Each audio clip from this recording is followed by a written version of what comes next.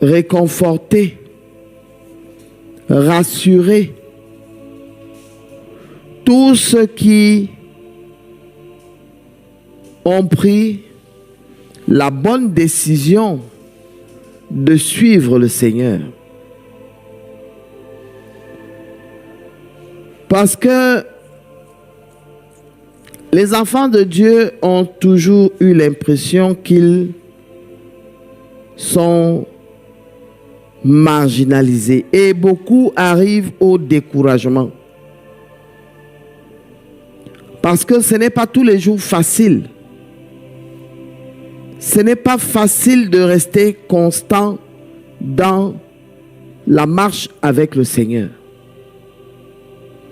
Il y a tellement de tribulations, il y a tellement d'incompréhensions qui souvent amènent les gens au découragement.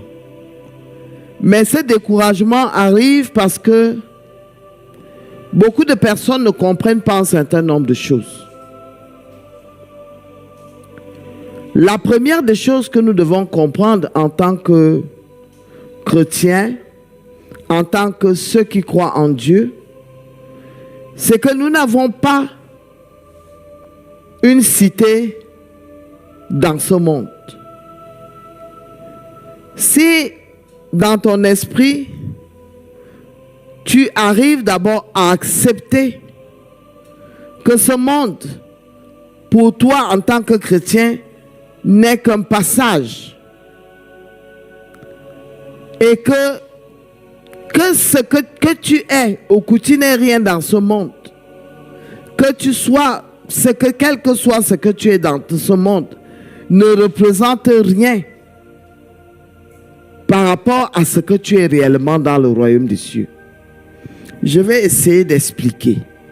Parce que cela amène beaucoup d'hommes à se décourager. Quand les gens regardent que dans ce monde, ils n'arrivent pas à atteindre leurs objectifs, ils n'arrivent pas à être ce qu'ils veulent être, et ils n'ont pas ce que les autres ont sans pouvoir se torturer, sans pouvoir se priver, et que les gens arrivent à gagner beaucoup dans ce monde pendant que eux, qui sont des chrétiens, n'obtiennent rien. Cela amène les gens au découragement. Mais je voudrais te faire comprendre aujourd'hui que tu n'es pas enfant de Dieu par rapport à ta situation dans le monde terrestre. Ta situation dans ce monde n'est pas importante. Ça veut dire, ce que tu es dans ce monde n'est pas important. Cela ne définit pas qui tu es réellement. Nous sommes dans ce monde, c'est juste un passage. Ce monde, ce n'est pas notre vraie cité. Notre cité est céleste. Donc, que tu gagnes les choses de ce monde ou que tu ne les gagnes pas, cela n'enlève rien à ce qui reflète ton identité céleste. Rejetant donc toute malice et toute ruse, la dissimulation, l'envie et toute médisance, désirez comme des enfants nouveau-nés le lait spirituel et pur, afin que par lui vous croissiez pour le salut. Si vous avez goûté le Seigneur, si vous avez goûté que le Seigneur est bon, approchez-vous de lui, pierre vivante rejetée par les hommes, mais choisie et précieuse devant Dieu. Je n'arrive pas encore à faire très bien comprendre, je le sens en moi, ce que je veux faire comprendre. Il y a des gens qui regardent à ce qu'ils ont dans cette vie. Et il y a des gens qui regardent à ce qu'ils n'ont pas dans cette vie. Et c'est cela qui anime leur existence. Si je suis quelque chose dans cette vie, cela t'apporte la joie. Et si tu n'es pas quelque chose, tu pries, tu suis le Seigneur dans l'espoir de devenir quelque chose dans cette vie terrestre.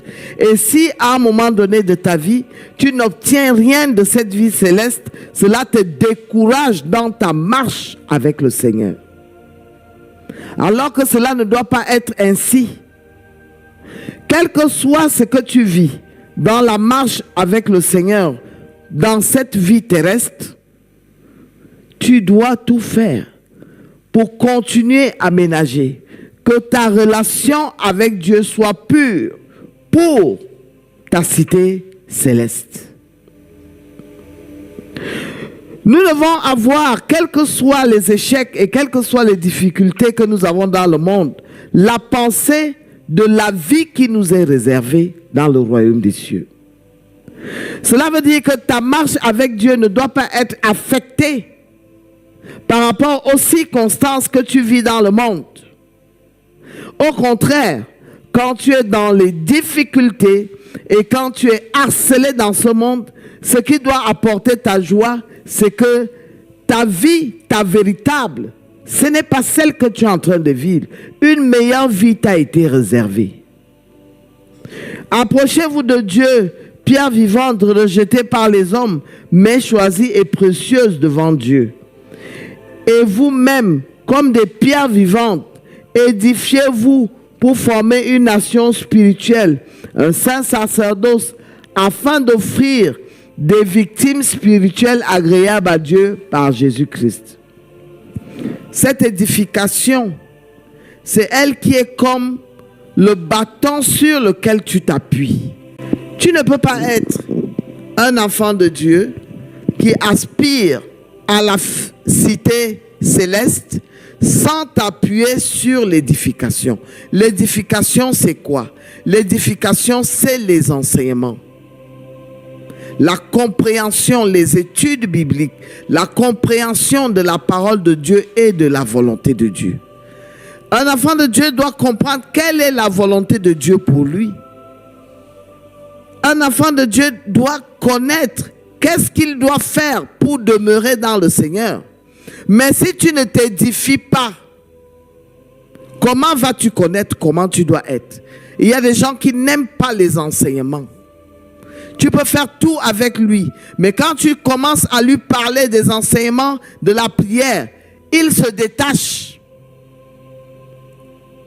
Aucune vie céleste ne peut être gagnée si tu ne te fais pas enseigner pour comprendre comment est-ce que tu dois vivre pour gagner le royaume des cieux.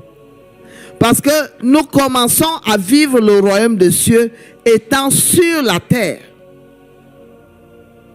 Le royaume des cieux est descendu parmi nous au travers de Jésus. Donc quand tu t'édifies, tu as la connaissance de la parole, la connaissance de la volonté de Dieu, la révélation des choses célestes. Toi, tu commences à vivre le royaume des cieux sur terre.